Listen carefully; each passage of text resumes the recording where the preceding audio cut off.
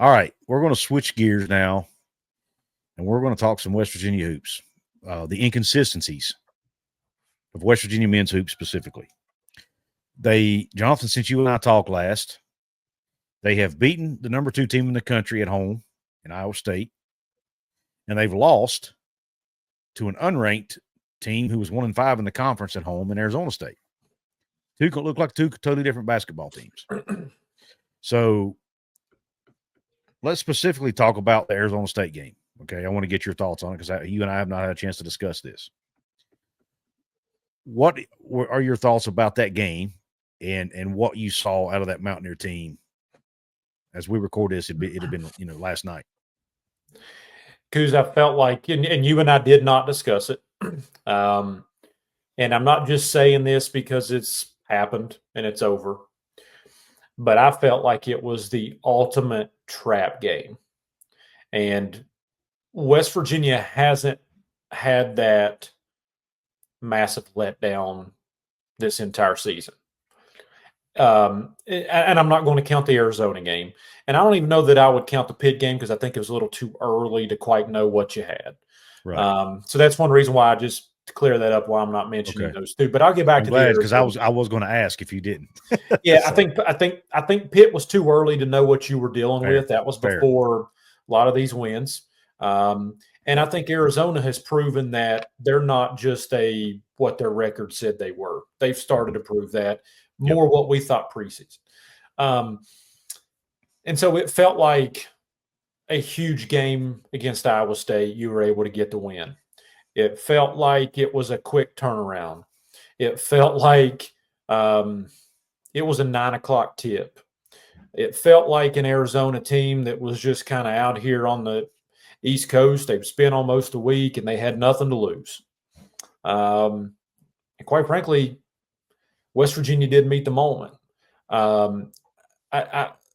So I wasn't surprised in the sense of I personally felt like you could see this coming. I was surprised in the sense of nothing went right. Like I felt like even if it was just a bad shooting night, the defensive effort would have been a little bit better, but it wasn't there. I felt like you could have at least battled on the boards if shots weren't falling. You got demolished in the rebound. Yeah, and it's not like Arizona State's an elite rebounding team either. Right. It was a culmination of bad, going bad, going bad, going bad, and then it just finally ended. Yeah. And honestly, Couz, it was clear from the very beginning of the game, even when you were 4 minutes into the game in the first half. I don't think either one of us can agree. It just had a bad feeling about it. It seemed like from the first 3 or 4 minutes, it just wasn't going to be West Virginia's night. And when you shoot 4 of 29 from 3-point, I mean, is 13% a record? I mean, that was awful. If anything, I can't believe they only lost by 8. Yeah. And they actually had a chance, Jonathan. Yeah. I mean, it was a 3-point game or 3 or 4 point game at one point, right down the stretch. Yeah. When West Virginia started doing some, trying the full court press to try to get some extra possessions and some steals, it was at least a 2 possession game. I can't remember the exact score, but I mean, they had a shot, and I actually got some criticism. I started my live stream a little early last night, and I had my thumbnail. I had made my thumbnail like during the second half of the game, and it said, hangover game or whatever it was it said. And some of the people were like, you already saying they're going to lose and it ain't over yet. I'm like, but Couz, that goes to my point. I almost ate my words. Yeah. That's how bad they looked though. I could just tell when they come out the second half that flat. I was like, this is just one of those nights. I kind of saw that. And they still almost pulled it out, which is baffling to me. And you got to give them credit though, because they didn't quit. Yep. And they made free throws down the stretch, which is what kept them in it. Yeah, but that kind of goes to my point. I'm not sitting here trying to tell you that I knew within the first 3 or 4 minutes of the game West Virginia was going to lose. But what I am telling you is the first 3 or 4 minutes of the game, you had enough feeling about the game to where you knew this is going to be tough. Yeah. It wasn't their night. Early in the game, I was thinking, okay, they come out a little bit sluggish, but they'll be fine. And then they came back. And it was a 1-point game at halftime. And I'm thinking, okay, they'll come out second half, because Coach DeVries is great at making adjustments. They'll come out, they'll look better in the second half, and they're going to pull away and win this thing, Yeah. Man, it was the complete opposite. It's like they come out worse in the second half. And I'm like, holy cow. But Jonathan, when you looked, their shots were hitting the front of the rim. Yep. Almost all night long. They just had no bounce to their step. I don't know if it was fatigue.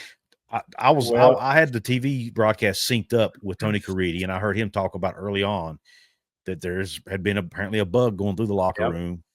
Javon Small, I think, might have it. I had one person reach out to me through a DM who was at the game and said, and I didn't see this watching on television, but he claims that he saw Javon Small limping. Javon Small was limping all night long. And he said every time he'd go out of the game, they were over there working on his groin muscle, that he might have an issue there. I don't know. Again, that's somebody else telling me that. But now that I have all that information, I'm thinking, okay, half the team's probably got the flu. Yep. Something you're speaking from experience. Oh, could you have went out and played a basketball game and been good? So no, I will say, and I didn't hear it on the radio, but I did have a conversation with somebody today that did make some note that there are some guys who are let's just say not feeling well. Yeah. And when you have quick turnaround games, it does make it tough. I would just say this, and I posted this morning on X. I'm not panicking. Yeah, I'm not. So I mentioned earlier, the pit loss kind of is what it is. At that point in time, I'm willing to wash it because you didn't quite know what you had. The team didn't quite gel yet. And I'll be honest, if West Virginia played Pitt today, that is not the outcome. I'll promise you that. I don't know what the final score will be, but I know what it's not going to be. So I'm not that Pitt game. So then I felt like last night kind of looked like the Arizona game against just a better team. But then what happened after Arizona? They went on the road. Yeah. Everybody was kind of down. Man, they just didn't play good. It looked like they quit. Not where the shots weren't falling, but they didn't even play defense. What happened? They went on the road and they beat a Colorado team. Not a good Colorado team, but a team where you had to travel.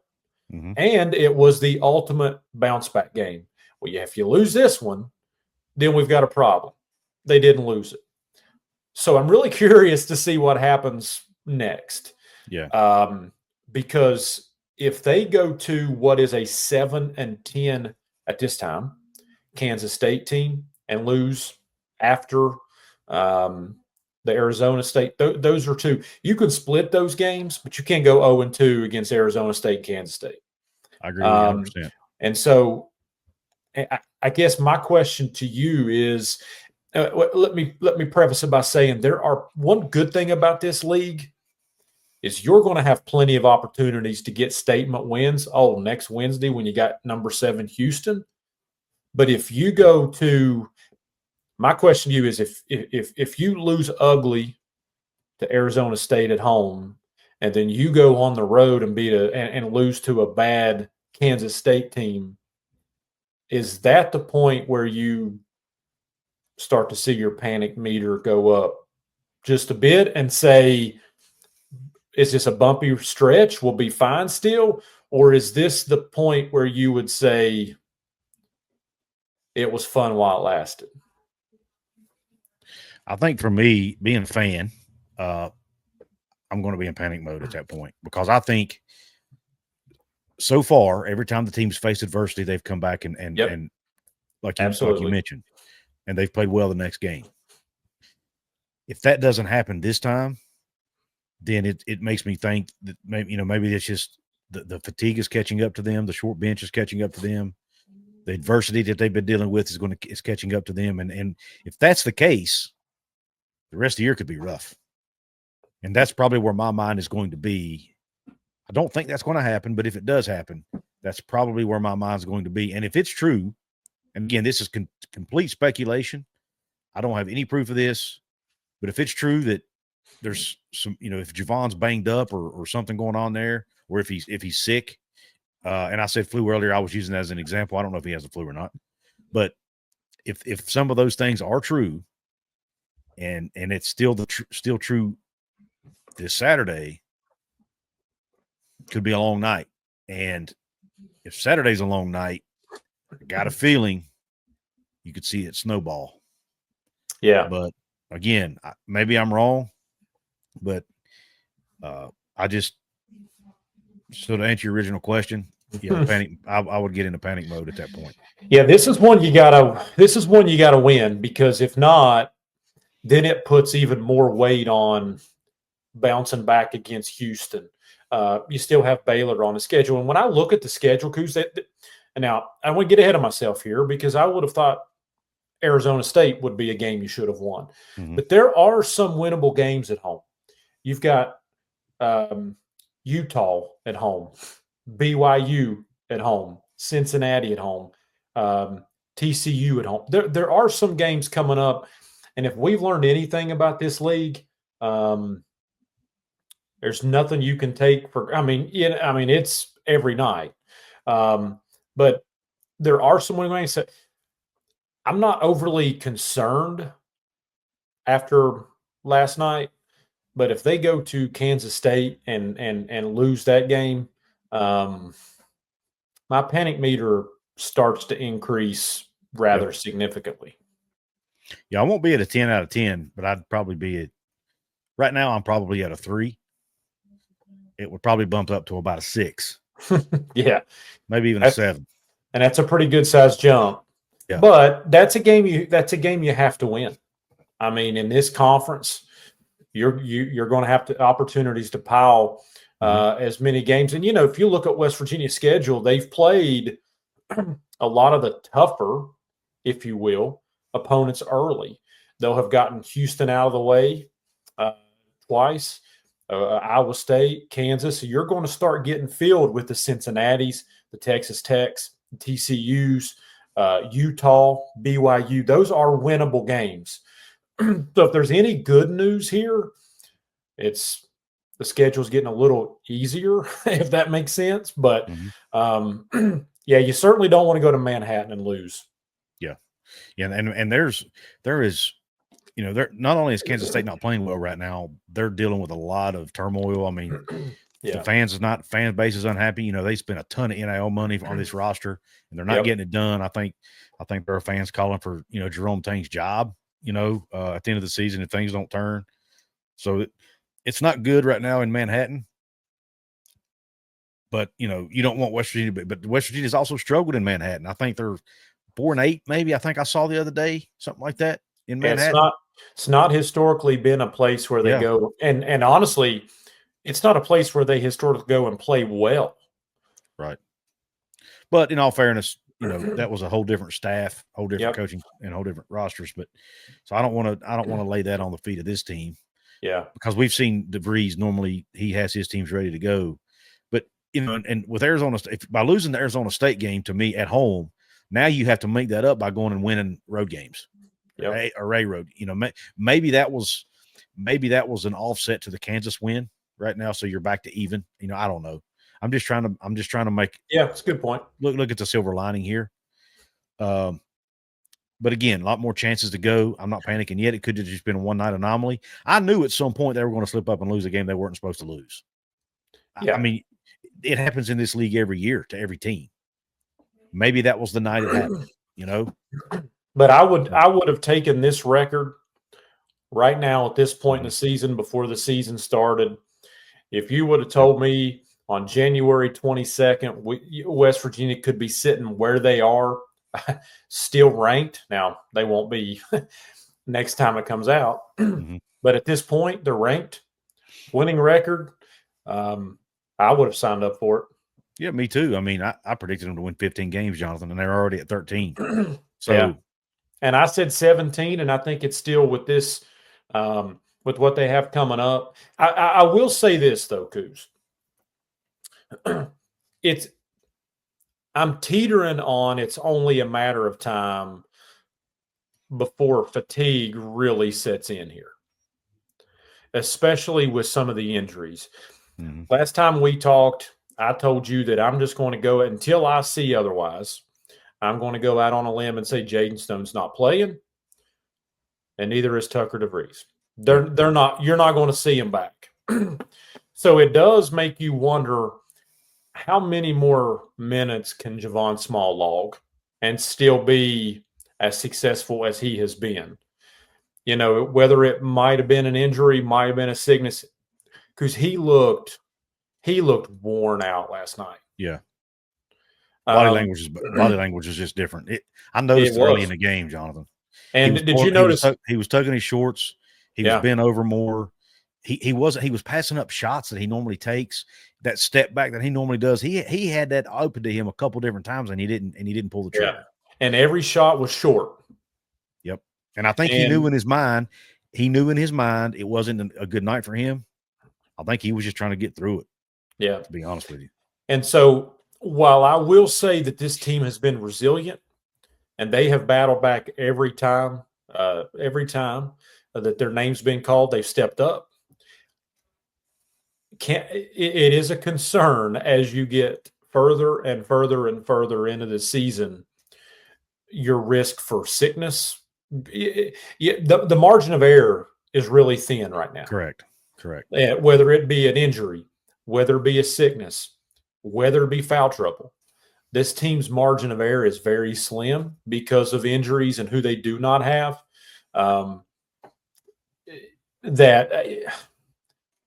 I'm concerned a little bit there as the season continues and you get another 3, 4, 5 games in.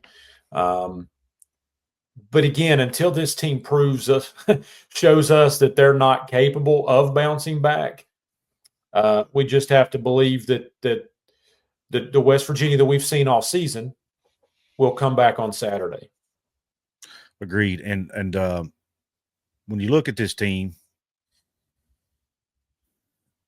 again, Tucker probably not coming back. I just don't know where do you find the minutes? I mean, do you play Jake Auer more?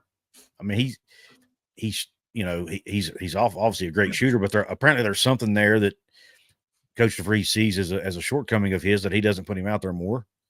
Do you put Harris Elizovich in more? I don't know what the answer is. I'm spitballing here, but I just don't know, man. But I just worry that I've had a gut feeling for the last couple of weeks, or at least last several days anyway, that West Virginia just has had to answer the bell so many times. Yeah. That at some point it's just going to catch up to them, and I'm worried that time is now. Yeah, and here's the thing about this team, and I don't know if you would agree with me here, but I found myself last night watching West Virginia, and there was a couple times where I looked at the 5 players on the floor, and 2 of the 5 absolutely would not shoot the basketball. Sincere Harris, KJ Tanner. Yeah. So they were just passing up. I mean, they're not scorers of the basketball, or haven't shown KJ in high school, but not at this level. Mm-hmm. And so when you take a depleted roster and you've got 5 guys on the floor in the defense, I mean, if I'm seeing it, they're seeing it. And I think it just more goes to you just go as Javon Small goes. And so how long as this season goes, can you continue to ride the shoulders and the back of Javon Small? And if you do that, and that's okay, you're going to have your Iowa State moments. But if you do that, you are susceptible to having nights like you did last night. Yeah. And so I don't think the loss all of a sudden means West Virginia is going to go on a huge downhill slide and they've tricked us all and they're not what they looked like. I don't believe that. I don't believe that just as much as I don't believe when West Virginia beat Iowa State Saturday night, they were all of a sudden going to be in the Final Four. Right. I think it's somewhere in the middle. Yep. I think more often than not, you're going to get that hard edge, if we can use a football reference. You're going to get that in-your-face defense. You're going to get the passion. You're going to get the work ethic, the fight out of this team, and you're going to get a Javon Small that does bring it. It was an off night. Yeah. And what I find what I find is, and I look at fans and including myself in that, obviously. And I'm on social media last night during and after the game, and even today, I see some of the comments talking about how this team looks terrible or looks terrible in a game, and I can't believe how bad they played. There was no effort. I see all these comments, and I'm thinking, Yeah. Isn't it funny how our expectations change? Yeah. Once the team, Yeah. it's like they start winning, and all of a sudden we get even more. We get madder at them. You get madder at a team because your when they lose after they've won a few games because your expectations change. It's just being a fan, man, is it's very it's a very fickle thing, right? Yeah, yeah, up and down, and like I said, I just try to convince myself. And I'll tell you from a fan perspective, and that's what we are.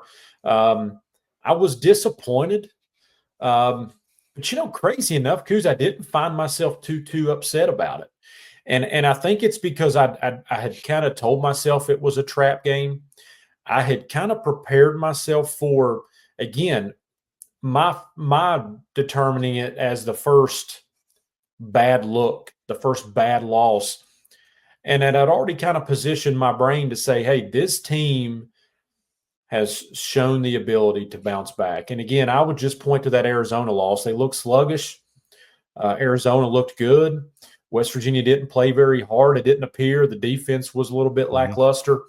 And then they went on a road and not only got a decent sized lead against Colorado, but was able to hold on in that game. And so I fully expect West Virginia to go to Manhattan on Saturday and look like the West Virginia we've seen. Agreed. I have the same expectation. And look, I've not lost faith. You've not lost faith. I don't think most of the fan base has.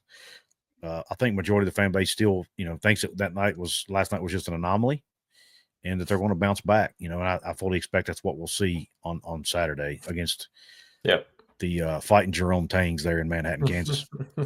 But Jonathan, before we get out of here, man, do you have anything else you want to say to these fine people? No, I don't think so. I will say that you did a really good job of continuing on bringing the content. So one good thing about running a high fever for a week straight is I was able to at least have some time to watch Couz's Corner and Hoops from the Hills. So I would recommend everybody go catch up on a lot of stuff, and you don't necessarily have to stare at me the whole time doing it. So, and I'm only, gosh, last time I looked, I think I was less than 10 subs away from 2,000 on the Hoops from the Hills. So, yep. And I'm less than 100 away, or I'm less than 1,000 away from 10,000 on Couz's Corner. So if you haven't subscribed yet, please do so. And also, please be sure to check out Jonathan on X, on his X account. He does a lot of stuff over there at Jonathan K. Martin. I think it's scrolling along the bottom of the screen for those watching. For those listening on audio, it's at Jonathan, without an H, Jonathan K. Martin. You can find me at Couz206 on X. Find us at GB Breakdown _ as well. You can find me at Hoops _ Heels 304. We're everywhere, man. We're all over the place. Yep. You can find us, interact with us. We love interacting with you guys. And I will have a new website coming very soon, hopefully. In the process of getting that worked out as we speak. So hopefully within the next 30 to 60 days, there will be a new website you guys can go to. Not sure if it'll be called Couz's Corner. It may be something else, but we're working on that too. That's part of the process.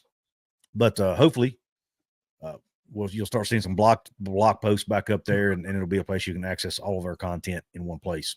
Yep. Jonathan, I appreciate you doing this with me again this week. Glad you're feeling better. Yep. Thank you. Fine folks got to look at your face and hear your voice this week. Didn't even wear my Bills hat. I don't have one. Yeah, I'm going to have to get you one. We're going to have to fix that. Go Bills.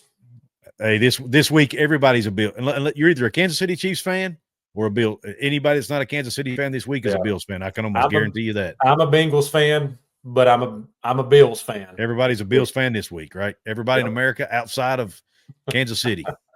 That's right. All right. Thanks everybody for listening. If you're watching, or if you're listening on podcast, please leave a 5-star rating. If you're watching on YouTube, please like, share, comment, subscribe. It all helps us. It all helps helps us grow on all these platforms. So thanks a bunch for tuning in. Q Country Roads, and go Bills. Bills Mafia.